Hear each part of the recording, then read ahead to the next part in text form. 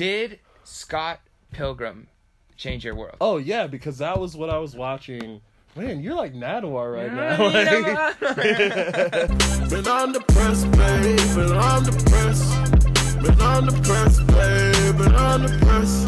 Welcome back to the best interview ever. Today on the show, we have internet celebrity, meme maker, artist, director, creative, inspiration, icon, and now male model and sex symbol. Wow. Ka5sh. Wow, that's how's it quite going, the bro? introduction. Thank you for coming to the show. You know. Thank you for having me. You are now officially a model. Yeah. Last night you walked the runway. Uh-huh.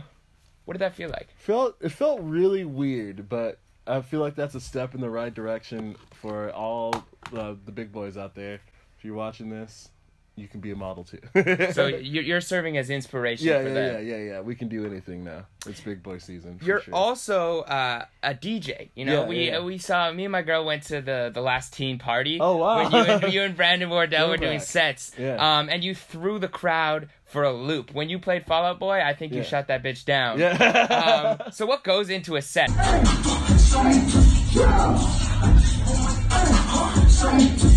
I usually just play whatever I feel like, and then I'm like, okay, the crowd likes this. I'm just gonna play Fall Out Boy and Paramore and My Chemical Romance, and I know they're gonna love this too because they like this already. Have you always been super confident in being yourself? No, 2 years ago, moving here, I got the ability to do that. What's the biggest similarity? Because I know it's probably so different from North Carolina to LA. Is there anything that's similar between the two cities? Literally nothing.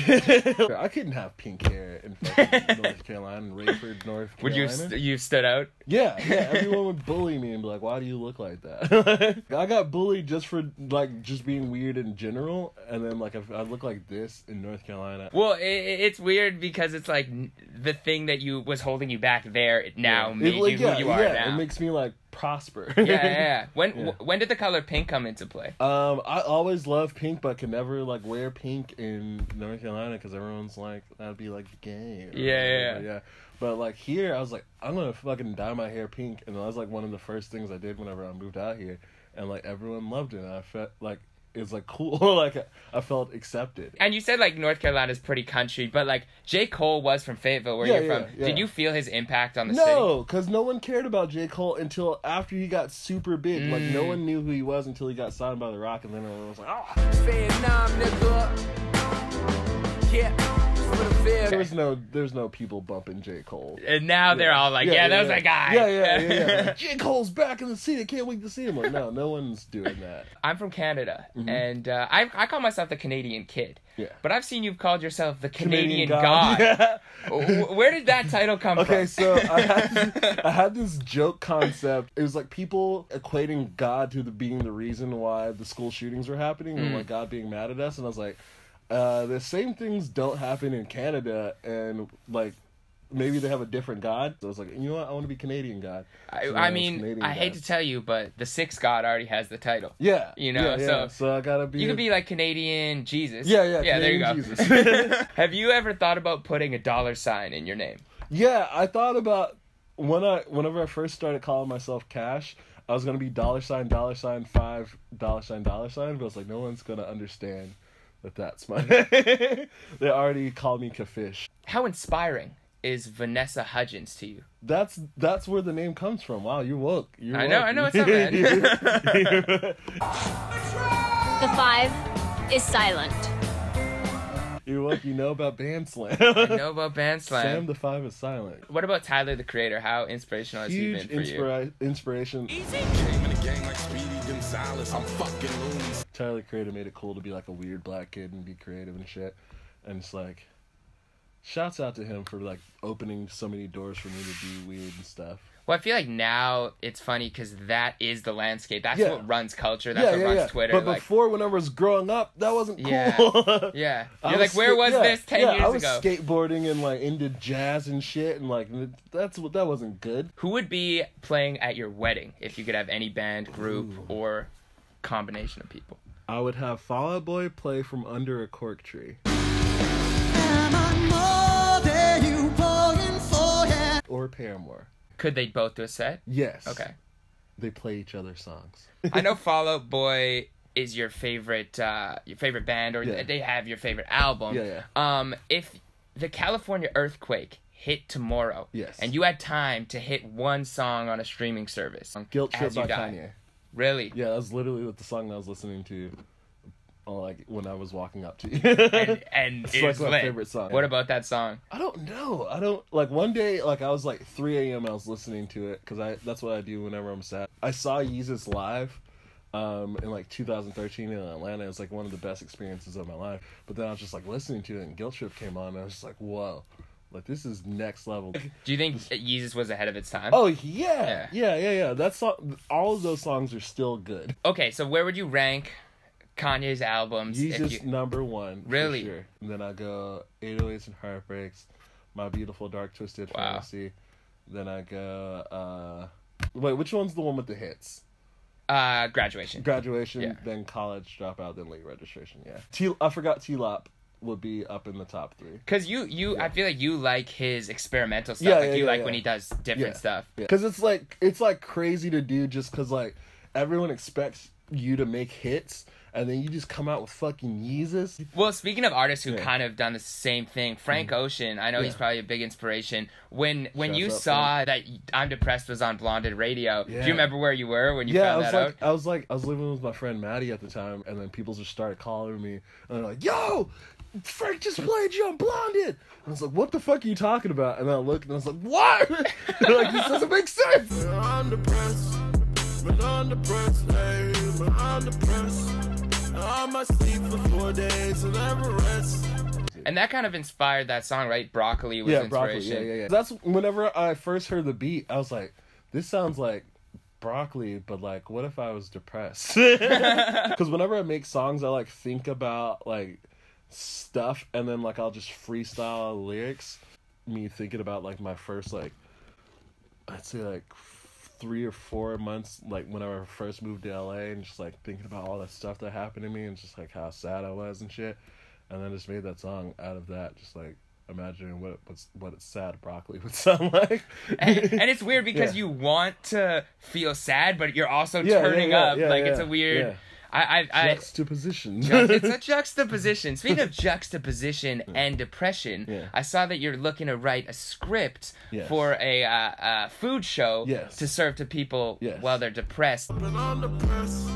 I might not eat for 4 days because I'm depressed.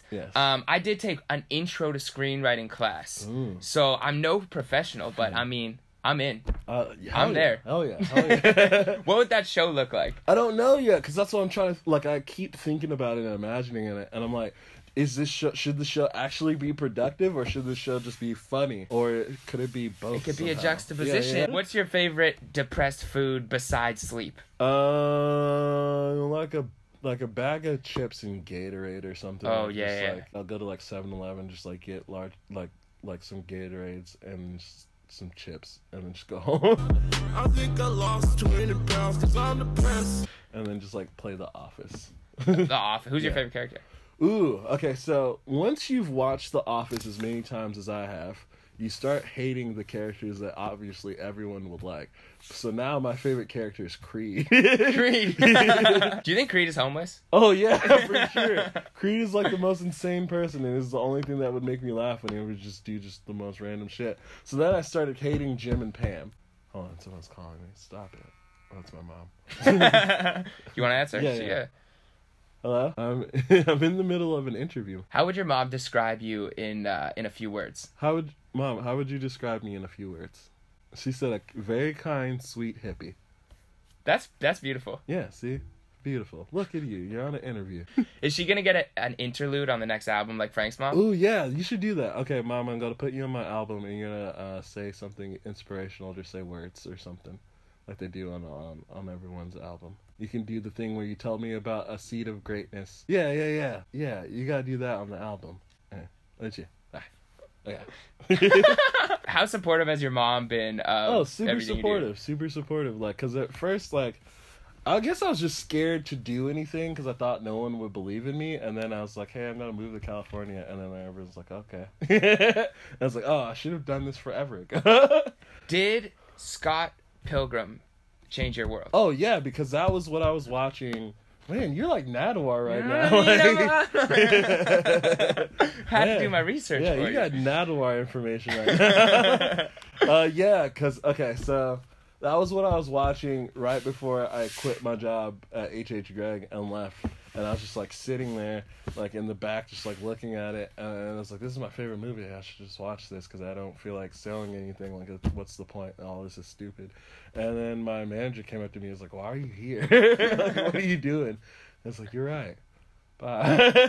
Have you said thank you to that manager? No, because I hate him. You tweeted the other day that girls on LinkedIn are never trying to fuck. Yeah. How many? That's very, very sad. How many DMs have you sent on LinkedIn? Not any, because I don't know how to use that website. What is the best meme that you've ever posted? The one that you're most proud of? Ooh.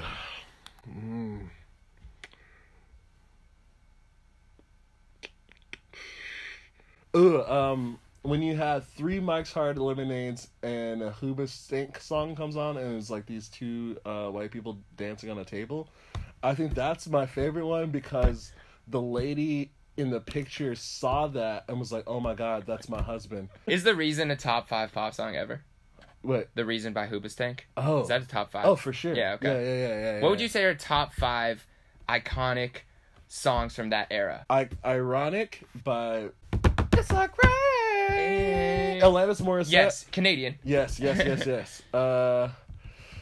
Promiscuous by Nelly Furtado. Canadian. I'm just gonna do Canadian Yeah. artists. I was trying to think of a third one. Nickelback. You Remind Me. Wait, is that Nickelback? Yeah, that is. Okay. Everyone hates Nickelback, but they also love Nickelback. Nickelback has consistently had bangers for at least like 20 years. Hits. What's one meme that you saw that you wish you posted? Every meme ever. Like, I feel like I've reached my like plateau of like making memes and shit. I might keep doing it for a little bit if I see something funny that I want to post, but like I need to start doing other stuff. Well, it seems like from this is me just reading deep into your tweets, but it seems like you really want to make movies and be creative, and you have this as a platform, so you're trying to get there. Yeah. Has there been a movie that's been in your head your whole life that you've been wanting to make? There's this movie that I saw once when I was little on MTV. It was called Volcano High. And it was a karate movie, but the voices were all rappers, like Andre 3000 That's was in lit. it, and Lil Wayne was of it, and Lil Jon was there too. Yeah! Don't go without me! And it was like the coolest thing I ever saw, and I was like, why has no one ever done that before? I don't even think anyone's ever like done another like show where they dubbed the voices with all rappers. Then I also want to recreate the Warriors, but all rapper cast.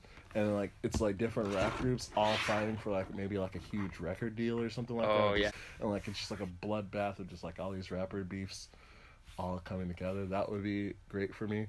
Yeah. Well, I'm looking forward to like how those. I'm gonna do all of these things. I just gotta build up enough clout. If you get famous enough, you don't have to go to college. You can just skip over. Yeah, you skip the step. Yeah. and then you can just do the stuff that people that go to college do, because then you're just like, okay. Did Janae Aiko unfollow you on Twitter? No, she unfollowed me on Instagram. Instagram. But she unfollowed everyone except for Big Sean, so I was like, okay, that's fine. Yeah, but still, it was cool when she did follow me. I didn't follow her back because I was like, oh man, what if I like too many of her pictures and she sees, but also she wouldn't see that. I don't know, I overthought it. And then I never DM'd her, and she's like, hey, what's up? I want one of your hoodies. And I was like, oh, okay, cool. So then she like DM'd me on Christmas about it to like get a hoodie. I totally forgot. And now it's April. And then I think maybe I was afraid of her wearing it and then people wanting it, and then I'll be and like, you're out of stock. Yeah. Like I gotta make all of these now. I knew we were talking about legendary rappers.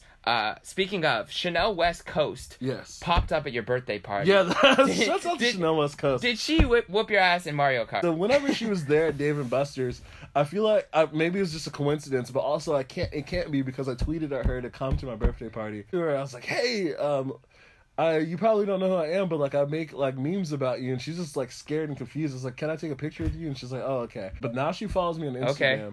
And she like responds to my comments. So now I think she's like hip to who I am. Now you guys could be best friends. That's what I'm trying to do. Yeah. I think so. If we were trying to be best friends, Chanel West Coast, Like and subscribe. This one. Like and subscribe. When you were in the band Weirdo, Yes. what was the weirdest thing you guys did? Mad Wild. I got you, bro. Throwback. Shouts out to Vondre, Davey, and Sober. Yeah, there's lots of stories because we were always getting kicked out of places.